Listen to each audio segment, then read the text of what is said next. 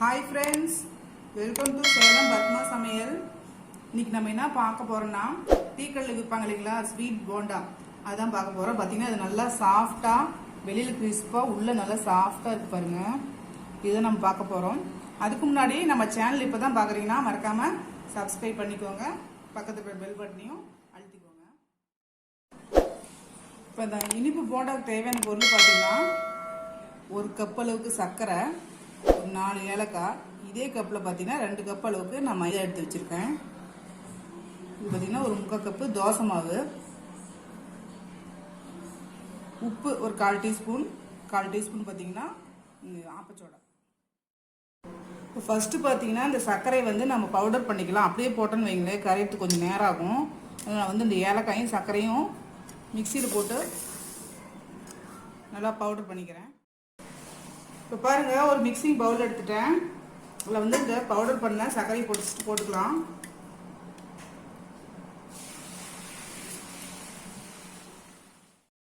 இப்போ அதில் உப்பும் இந்த சோடா மாவும் போட்டுக்கலாம். போட்டு நல்லா இது மிக்ஸ் பண்ணிக்கலாம். இப்போ இந்த தோசை மாவு ஊற்றிக்கலாம். இந்த இனிப்பு போண்டாக்கு ஒரு சிலர் பார்த்தீங்கன்னா தயிர் ஊற்றுவாங்க. அதை விட இது சீக்கிரமாகவும் பண்ணிடலாம், ரொம்ப நேரம் ஊற வைக்க தேவையில்லை, நல்லா டேஸ்ட்டாகவும் இருக்கும். ஃபஸ்ட்டு இந்த சுகர் நல்லா கலந்துக்கலாம்.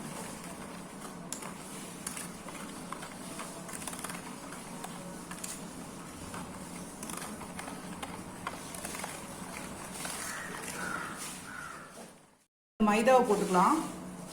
கொஞ்சம் கொஞ்சமாக போட்டு கலந்துக்கிறேன்.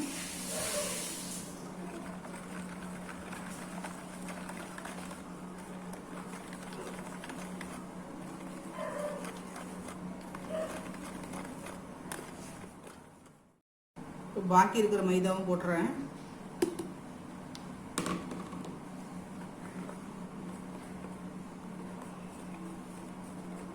நம்ம தண்ணி ஊற்றி நல்லா மிக்ஸ் பண்ணிக்கலாம்.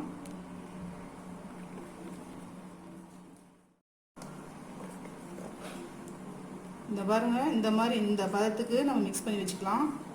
ஒரு 5 நிமிஷம் ஊறினா போதும், ரொம்ப நேரம்லாம் ஊற தேவையில்லை, டக்குன்னு போட்டு செஞ்சிடலாம். ஒரு 5 நிமிஷம் ஊறட்டும். பாருங்க, நான் ஒரு சின்ன கடாயில் ஆயில் ஊற்றி வச்சுருக்கேன். ஆயில் ஹீட் ஆயிடுச்சுன்னு பார்க்கலாம். கொஞ்சமாக போட்டு ஆயில் ஹீட் ஆயிடுச்சு, சூடு பண்ணிட்டு மீடியம் ஃப்ளேமில் வச்சிடணும் ஸ்டவ்வை.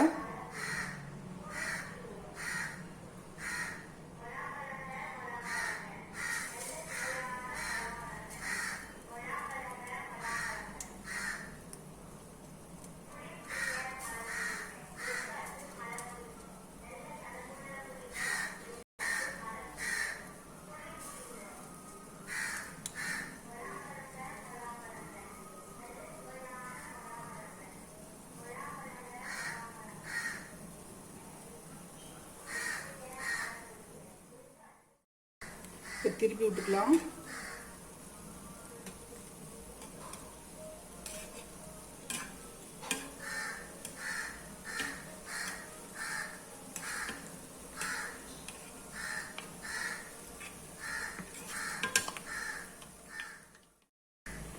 மீடியம் ஃப்ளேம்லேயே வச்சு இப்படி திருப்பி விடுங்க. அப்போ தான் உள்ளே நல்லா வேகும், மேலே லைட்டாக அப்படியே கொஞ்சம் கொஞ்சமாக கிறிஸ்பாகும். நம்ம ஹையில் வச்சோம்னா உள்ளே பார்த்தீங்கன்னா வேகவே வேகாது.